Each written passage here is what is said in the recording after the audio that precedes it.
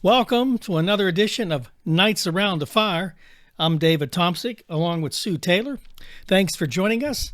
Before we get started, hit the subscribe button and smash that like button, or as we say, squash that like button. And then we'll continue right now to this new topic, which is UFOs in Greene County, Pennsylvania. Okay, now for those of you that haven't seen those videos we did on UFOs, go to our playlist on YouTube and watch those videos on our playlist so you can catch up on our UFO documentation where we left off. But this is a new one. It's a local story. Greene County is just below us.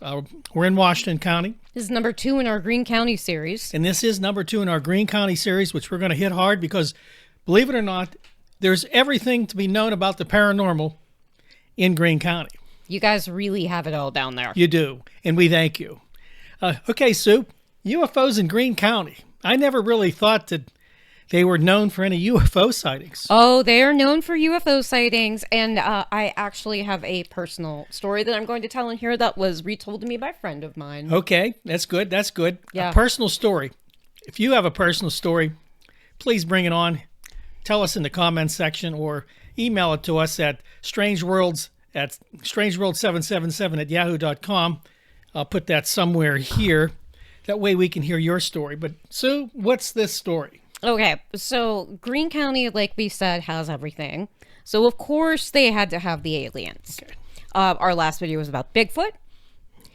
And our last alien video, we talked about the Presque Isle alien, which was up in Erie, which is the shirt that I'm wearing right now, the July 67 t-shirt. Or July 67, I think. 66, I was a year off. Now that was bought for you up in Erie, right? Yes, my friend Jen, who is a regular on this channel, hi Jen, bought me this shirt. So thanks, Jen. Okay, so Greene County. Okay, so Greene County. So Greene County is known as the most haunted county in America per our friends here at the Haunted Hills and Hollows book. Very good book. Very good book. Very detailed, very interesting book. But, so, fun fact, Allegheny County holds the title for the most UFO sightings. Allegheny County. Yeah, our friends just 10 minutes over the border there. Okay. For those of you who've not heard us talk about Allegheny County, it's the county directly above us, and it's where Pittsburgh resides. Yes, yes. And I don't know that there's anything necessarily particular about Allegheny County other than the fact that they've got population. And they do have a bunch of local airports. There's Pittsburgh there that, The Allegheny County Airport.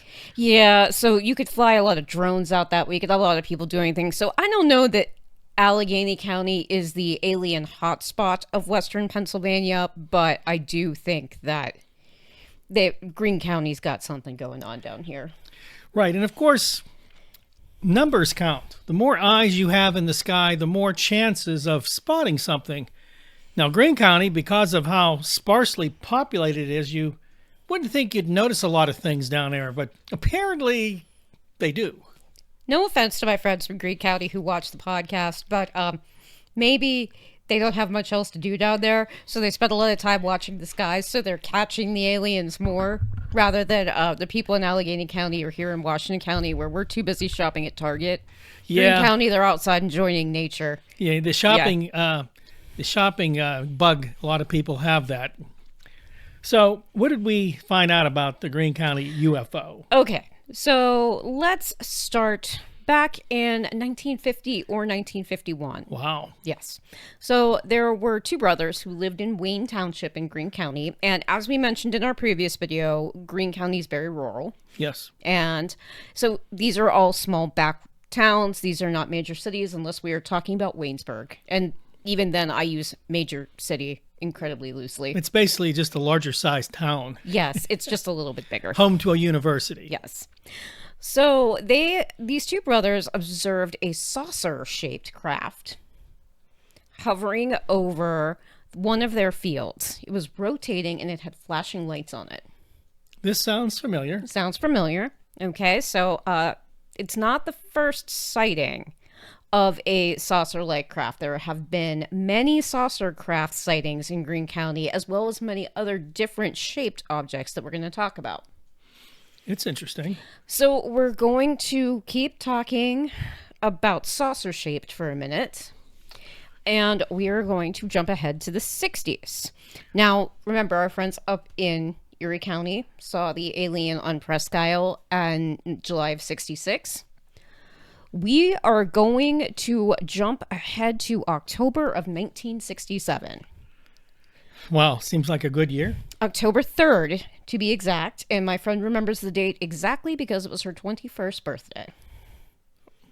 Happy birthday. Yeah. Yeah, she got quite the birthday present. My birthday is next month, and I don't think I'm going to get anything this cool. Yeah. Aliens, if you hear this message, this broadcast, show yourself to Sue. Hover over her house. I'll even take a ghost, even if there are any ghosts hanging around. I'd really like to see a full body apparition for my birthday. Or Bigfoot. I mean, if Bigfoot wants to come up and wish you a happy birthday, but I digress there. We digress, but it's okay. Okay, so they saw this UFO spinning. Yes. Well, let's get where we are. So my friend lived in Dry Tavern, Okay. which is also a very small town in Greene County, and she saw an image that we are going to put an artist rendition up on the screen right now. So that picture that you are seeing right there is the drawing that she made to show me what she saw. So this is straight out of her memory from that fateful day. Yes. So she saw 6 or 7 of these vehicles flying in close formations for several hours. I'm going to ask what everybody else might ask. Could this have been any other type of aircraft? Let's get to that we'll get to that in a second. I'm ahead of myself. You're friends. a little ahead of yourself, but that's okay. So at some point, one of these crafts flew away from the others, and it came right down over where she and her siblings were standing. Ouch. Yeah, so that's pretty cool. So when it comes down over them, they can see the lights on the craft. And the lights were red, green, and white, although she thinks the white lights were probably windows. Wow. So That close. Yeah, she was that close to it. It gave the sensation that the craft was spinning at the same time it was hovering, but they could see the colors spinning or flashing. So it wasn't like they could see it, like the craft itself spinning, but they could see the lights and stuff. So that's a close encounter of the second kind? Yeah, they were really, really close to this. That's pretty close, and that could be terrifying. Now, everybody wants to see a UFO until it's right in front of you, and then I think you might get a little worried about what their intentions are, right? Yeah, I mean, if one was hovering directly over me, I'd be like, there's that cartoon that goes around on the internet of the spacecraft and it's like sucking the cow up into it. I'd be like, oh God, I'm that cow. I'm about to go. And who knows what they'll do to you once they get you in that craft. There's a lot of stories about that. We've talked about that for years. So she was basically a witness of a close encounter. Yeah, and so her siblings were there too. So it wasn't just her. No, and so she wanted to call the authorities, but her dad said, no, I don't want our name associated with seeing aliens. Here we go. Yeah, it was the 60s, so it was really a big deal to see these things. So she doesn't say anything, but there were lots of other witnesses that day that did see it, and that includes her uncle, who was a pilot. Okay, qualified pilot is always someone that's looked upon as a good witness. He's a good witness in this, so he calls the local airport to see if they've got something going on, that they're got this thing in the sky. They don't know what it is, but they also see it, and they're trying to figure out what it is. So this is a confirmation from the airport. It even made the newspapers the next day. So this wasn't a once in a lifetime thing. This was something that's consistent down there because there's always been sightings, but this particular one was very close. It was very close, and she told me the story personally when I sat down with her last fall, and then she retold it to me again over text message earlier this week. Wow. Yeah, so she remembers it. She said at the time she didn't believe in aliens, but this made her definitely believe in aliens. Folks, what do you think? Would that make you believe in aliens and alien craft if before that you didn't, comment in the comment section. And this is my same friend from the last episode we did that her brother saw the dog man. That we confirmed her brother saw the dog man. This family has a knack for the supernatural, the paranormal, and the unexplained. Oh yeah, just wait. She's got some great ghost stories that have been backed up by Ken. Now, and Ken's our ghost hunter, a friend, but before you go and say, oh, it's all the same, listen. Greene County is very small, and we know from the book Haunted Hills and Hollows by Kevin Paul. I met Kevin Paul. Rosemary Ellen Gilly, I believe it's spelled Gilly. Right? Gilly? Yeah, she's passed since, but I met him, a very, very good researcher. There's plenty of stuff in Greene County, so don't think that because one or two people that know each other have seen these phenomena. Remember, it's everywhere in Greene County. It is literally everywhere. Yeah, literally everywhere. And I highly recommend picking up a copy of this book to check it out, because there are lots of other stories in there, and we are just scratching the surface. This is only episode 2. We can go at least 3, maybe 4 more episodes on this. I'll put a link in the description box for this particular book. Pick it up. Guy's a good guy, and it's a good book. We're going to try and get him on the program. We are. Kevin Paul. He's also got some YouTube videos out there. He does. Yeah, they're pretty short, but you can get a hint of some of the stuff that they're talking about.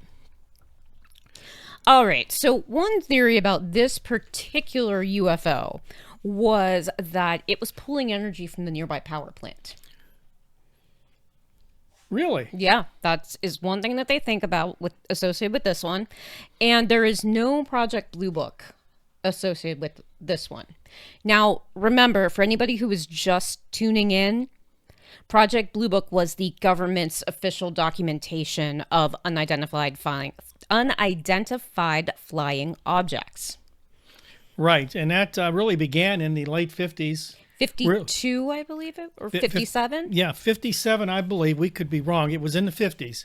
And, of course, they have a lot of documentation. They had a lot of people out investigating, taking readings and so forth. But a lot of it was classified. A lot of it never came out. So Sue is saying that this was not part of any investigation by the government that we know of. And that we know of, there is no evidence that I have found that the government showed up to investigate this one. Now, they may have, but it was the 60s and nobody knew about it. And it is a very vast area. So if they had shown up in one of the little towns, people would have known about it. But if they were more spread out, people might not have noticed that there was anybody in town checking this out. They didn't notice the men in black, as they're called. Will Smith was there. Yeah, Will Smith was there. With the aliens. So, Sue, we can then say this is, as the BFRO would say, this is a Class A sighting. This is absolutely a Class A sighting. This is right up at the top. Visual, more than one witness, up close and personal, verified and documented by professionals, the airport, another airplane pilot. And the local newspaper, I believe it was the Greene County Republican that covered the story, but the Greene County papers are not great about getting their newspapers into archive format online, and I did not have time this week to get down to Greene County to go through the libraries. Right, and that we're going to take, of course, our friend's word at it that, and I believe her, she definitely saw an unidentified flying object. Yep. So before we move on here, a lot of folks have questions, and I'm trying to be the voice for those questions sometimes. Maybe a rational voice, maybe not. But as I mentioned before, these sightings, many times people say weather balloon, as we know was used in the Roswell crash, planes flying in formation, flares, star systems. But we can rule out pretty much any of these because of how close the sighting was. Yeah, and they saw it in daylight. So it wasn't even like they were seeing it in the night sky moving around. So they saw it in daylight. That's golden there. Yeah, yeah. Okay, so that's our first reported we're talking about here for Greene County. And this one is not in the book, but I am putting it in the category of the saucer-shaped ones just by how the drawing looks. Okay, so no aliens were actually spotted. There were no one was claimed to have been abducted. None of that happened, right? Not that I know of, but I'm sure there is someone in Greene County who believes they were abducted by aliens. Yeah, that was popular for a while. It's not as big of a deal anymore. Now No. we're too busy being abducted by Bigfoot. Right, Bigfoot's the culprit now. Poor Bigfoot. Okay, so what's next from Greene County? So let's talk about black rectangles. This is another pretty big deal. And before we move on, so you said about over the power plant, drawing energy. That was a theory back in the 60s and 70s that people had witnessed UFOs hovering over power lines, the big ones, and power plants. So this is not something new. This is something that has been documented before. I wanted to get that in before we move on to the triangles, which is another huge type of aircraft that people talked about back in the 70s and 80s. And I did not know that. So that just adds more weight to this story, in my opinion. Okay, so I am going to read this story from Haunted Hills and Hollows exactly as it has been written in here. We are going back to December 3rd of 2015. So 11 years ago, a mere 11 years ago. So the witness in this story was driving towards Uniontown. So Uniontown is Fayette County, but it's also very close to the Greene County border. Yes. Okay. At approximately 6:30, I was eastbound on 21 and about to pass the now closed Hatfield Ferry Power Station. There's a slight hill above the river, and once you crest that, you have a clear view of the bridge and far side of the Monongahela River. This morning, there was what initially appeared to be an aircraft flying west with its landing lights on. I say flying west because I was assuming I was looking at an airliner, as the two white lights were just about the right distance apart to be landing lights. Okay? This was very much out of the ordinary because there is nowhere directly west of Hatfield for a jet to land close enough that it would be an approach, descending with the landing lights on. And there's no major airport down there. From where I was on the Greene County side of the river, the aircraft's apparent wingspan, based on the distance between the landing lights, indicated a plane too large for either the Greene County or the Morgantown Airport. And the Greene County Airport is right off of 79. Yes, it is. And it is a very small airport. You're not going to see jets. I don't think even small jets can land there. No, it's strictly a small aircraft airport. I noticed many aircraft during my morning commutes at a low altitude, and they always have visible strobe and navigation lights. This had neither, which was odd considering its size. As I crossed the bridge into Fayette County and began climbing the hill at perhaps 50 miles an hour, I was able to get a much better look at the object in the air just south of 21, literally above and beside the road. I slowed and got a closer look at the thing. My contractor's job requires us to guess distances and lengths sometimes, and my best guess is that it was maybe 300 feet off of the ground, 120 feet or so in length and rectangular. It was, for lack of a better description, the shape of a Lincoln log without the notches on the end. I would estimate it to be about 15 feet in height and width, square on the ends. On the surface, facing westward, were two very large round lights, evenly spaced about the color of incandescent light bulbs. In the middle was a bright blue-white light, almost a pinpoint compared to the other two, and the color of an indoor LED light. As I said, there were no wings, no rotors, no strobes, and no navigation lights. It was black as coal against the sky and rectangular. I was so stunned that it never occurred to me to stop and try and get a picture with my phone. It was so close to the road, I nearly passed directly underneath it. Rectangular shaped UFO. Yeah, I've not heard of a rectangular shaped one before, but this is another Class A sighting. Right. This guy's got a very in-depth, he really saw this thing. I guess we can look at it this way. We think of airplanes and aircraft in a conventional human way. Wings, unless it's a helicopter, but an airplane, wings, a nose, and a tail. Right. And that's what this guy thought. He thought it was a jet until he got closer to it. And because a jet, you're looking at propulsion, set up for that type of aircraft, engineered for that type of aircraft. But if you're dealing with an interstellar vehicle, you don't need aerodynamics. Mm-hmm. I would assume, and not being an engineer myself, you would need just the ability to take off and go, maybe using wormholes, Yeah.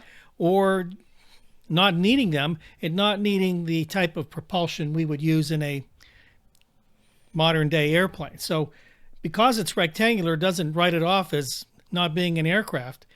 Probably doesn't need it if it's an alien design, right? Mm-hmm. But can you think of any other aircraft that might look like that? Like, can you think of anything? Because to me, it sounds like a flying TV remote control. Yeah, I mean, I can't think of any other that doesn't have wings. I mean, the only thing I could say is no, I cannot think of anything.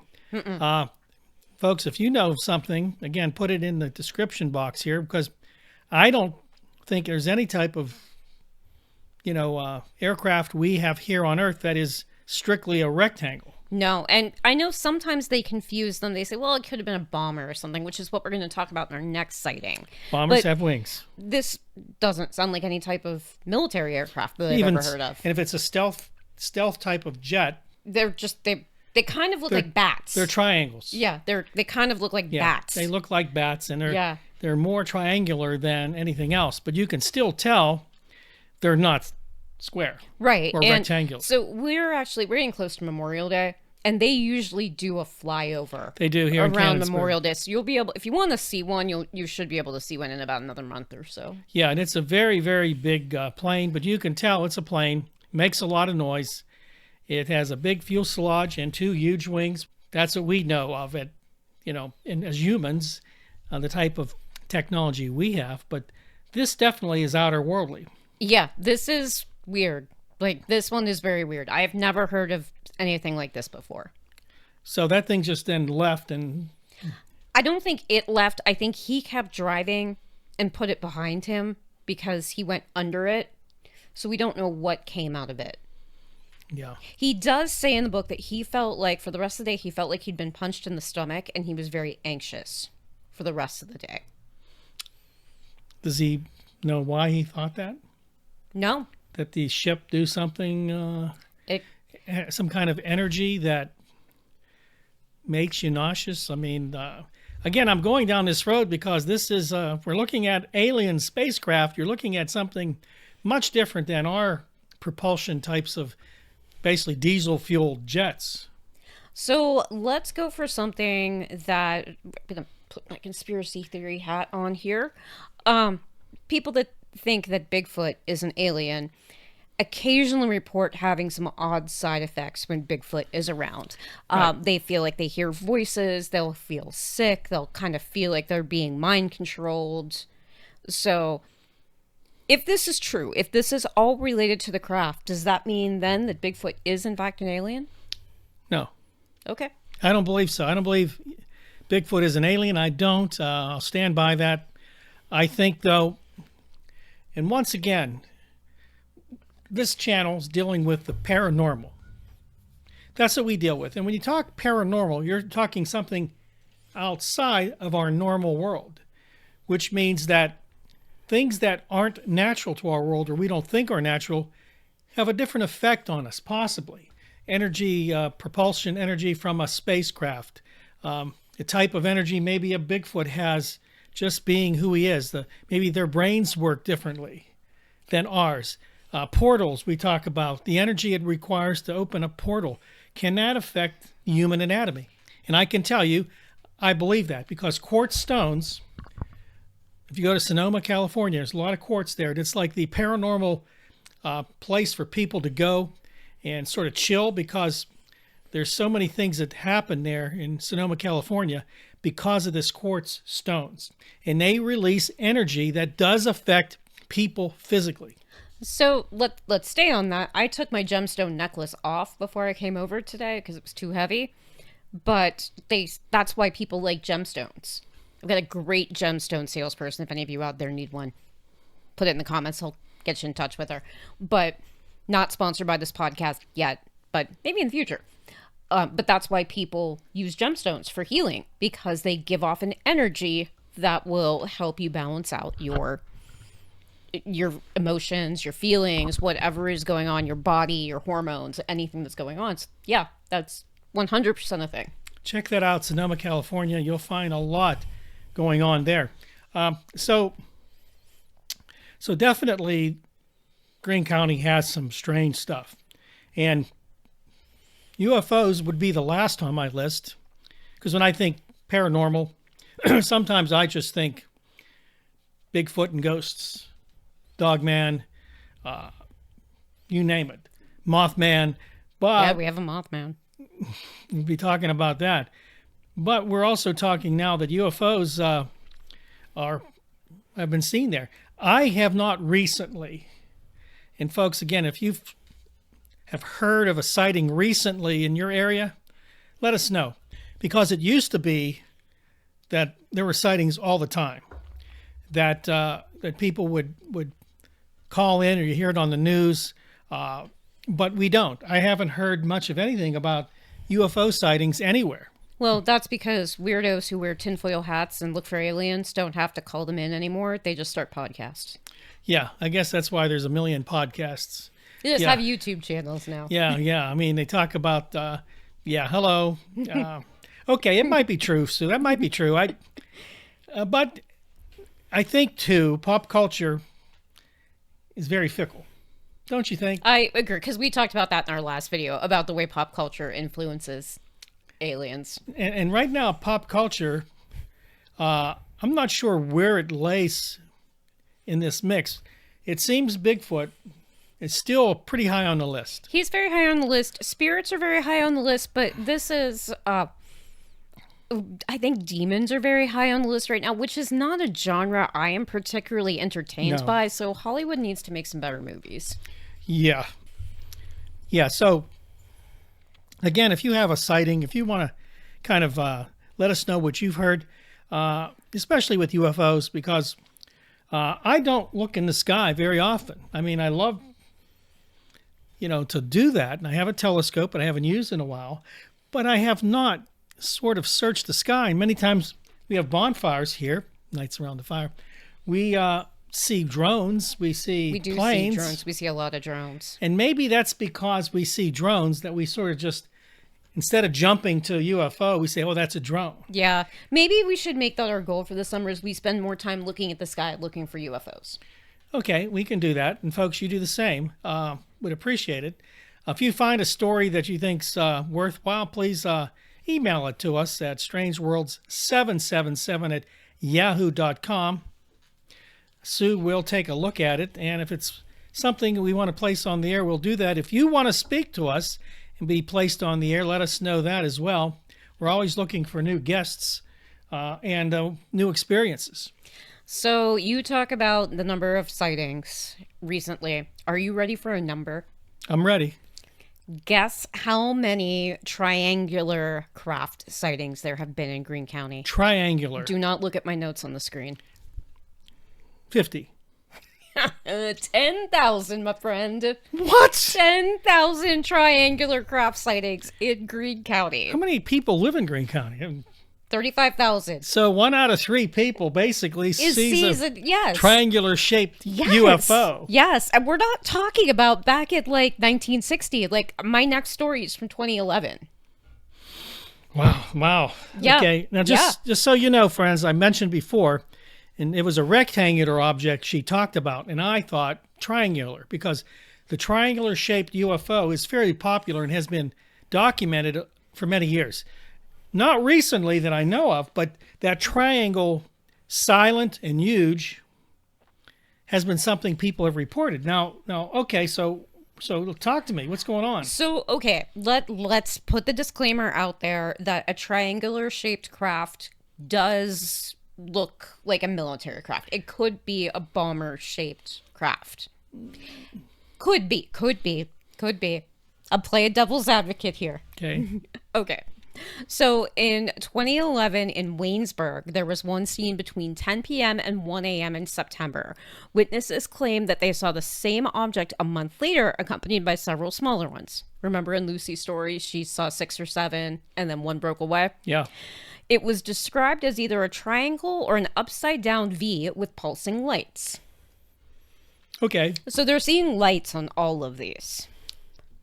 Okay, so now we're going back to 2016. Again, another 11 years ago. Or 10 years ago. 10 years ago. 10 years ago. So March of 2016, another was seen slowly moving over Mather and Jefferson townships. Now, my cats are from Mather, and they've never mentioned seeing anything. Maybe they didn't look up. They probably didn't. But one witness said it appeared to, around 10 p.m. It moved very slowly over the length of her home. She said when the craft shot into the air, it reminded her of a space shuttle launch. The sound shook her entire house. Whoa. Now, another family member described the same craft as a B-2 stealth bomber without any navigation lights. And several other sightings of this craft were seen over the next 24 hours. Wow. Okay, let's jump ahead in time. November of 2016. It was seen along Route 188 near Waynesburg. It was about 5:19 in the evening, and traffic had slowed down to follow a large truck. Like you do.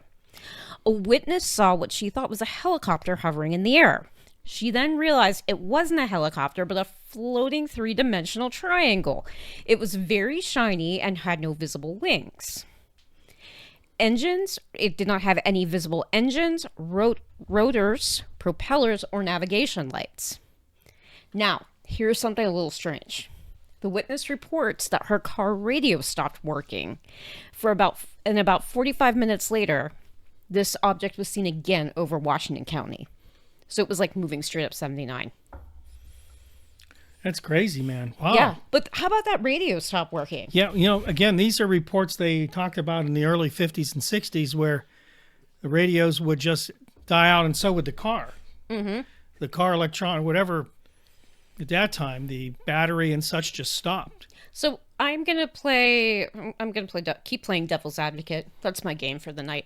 In 2016, maybe the technology, if aliens' technology is more advanced than ours, maybe the technology in cars had come so far that it didn't impact the technology for the cars, but it did impact the radio. Well, radio is based on FM or AM transmissions in the air. Yeah. So if you interfere with that, maybe it just killed the radio. Yeah. Again, we're not physicists and we're not electronics experts, but whatever the reason, the radio died. And it wasn't the video star's fault. No. Video did not kill this radio star. No. We'll be here till the end of the episode, folks. So, Sue, we probably have a lot of people who are confused about, the distance between the 50s and the recent 2016 sightings. Well, and so that's just, there were some in the 80s. I didn't see many in the 90s. We can do a quick flip. We've got our research right here in front of us. So, friends, I think there's probably always something in the air. It's just a matter of does someone see it? So we'll go back for a moment to the disc-shaped objects. We've got a disc-shaped object sighting in 79, 86, 2012, 2013, and 2014. To the point that 2014, our friends in the Haunted Hills and Hollows books declared 2014 to be a very busy UFO year for Greene County. So here's the question. Again, why would some years be busier than others? Now, granted, depending on who's looking and who sights it, but is there something that the aliens are doing that makes them more prevalent in a certain year? Or are they doing something that makes them more engulfed in a certain time period than any other time, like research? You name something, that they may be doing, because why else would they come here? We had a presidential election in 2016. Yeah, Maybe they might have been came to saying, drop him off. Right. I mean, yeah, friends. I mean, who knows what's going on with that? Yeah. But I guess my point here is that we can't explain it because 2014 was a banner year. Why? Is it because they all came at one time, or is it because not because humans didn't spot them, but because the aliens who basically have this advanced technology are doing something in the area? Because obviously they got to be doing something. Now, I'm not saying they're pulling people up and probing them all day, because I think that's mostly baloney. Yeah. But they're obviously doing something. Why else would they come here in mass? With how many sightings in 2014? See if we've got a number. Let's see if we have a number. We've got a number here. Because, I mean, there's a lot of variables to this, friends, and we're not trying to promote anything except that we don't have a number. So there just happen to be a lot more. Yeah. And when I picked up this book and read the chapter on UFOs, I was expecting a lot of sightings from the 50s, 60s, that type of thing, like the heart of the UFO sightings. No, we've got the oldest one in here is, in the 50s, but we've also got 2015, 2016, 2014. It was like they were right in a line there, all of those years. And I have never heard of that many sightings in recent times. And I would like to know how many have been seen in the last 10 years. Like, what's the count for 2026? How would we even know that number? This is a question. I'm not sure there's as good of a database on UFOs as there is on Bigfoot. What we should do for our next video is check Project Blue Book to see what Project Blue Book's got for Greene County, Pennsylvania. It's probably a good idea because we'll come back with that research. So yeah, this is a mystery, friends, and I think as Sue mentioned, you have people that see these sightings. Not all of them come forward, and not all of them, may understand what they're even seeing.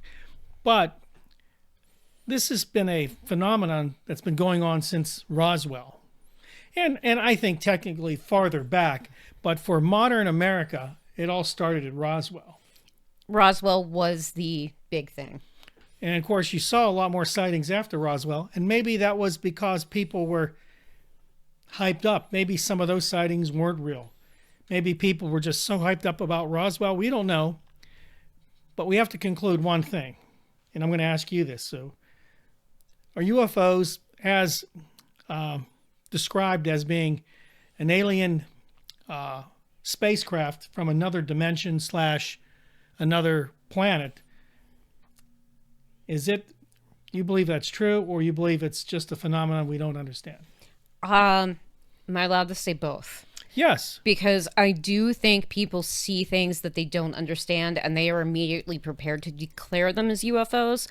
But I do believe, especially with the one from Presque Isle, I do believe there are legitimate alien sightings, because this one has a Project Blue Book and there is no official cause as to what it was. The government's not taking any claim to what might have happened that night. I hope that answers it. I think it does for me. I think, and go along with Sue here, you have a little bit of both.